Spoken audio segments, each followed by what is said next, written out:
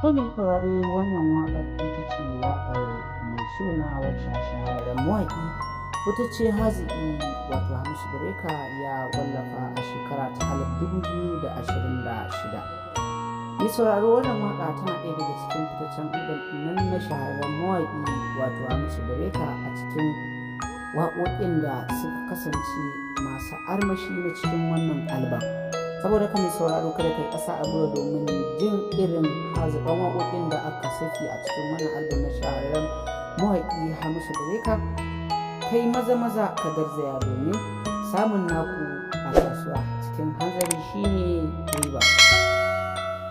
Samun nagari mai da kuɗi gida. Saboda ka masu sauraro kada ku manta wannan shahararren mawaƙi ya saki waƙoƙi da dama a nan baya ba da daɗewa ba, amma dai wani hanzari ba gudu ba. Idan wannan shine farkon kasancewar ku a cikin wannan tasha ta mai albarka, ku dole ku danna mana subscribe sannan ku danna mana alamar nan ta ƙararrawa, inda da zarar mun ɗora manhajar mu za ta iske ku a duk inda kuke a faɗin Najeriya da sauran ƙasashe baki ɗaya.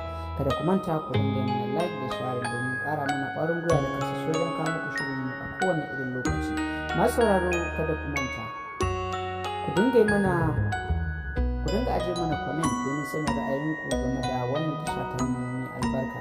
Mun gode sauraro, a huta lafiya. Allah ya sada mu da alkhairinsa. Amin summa amin.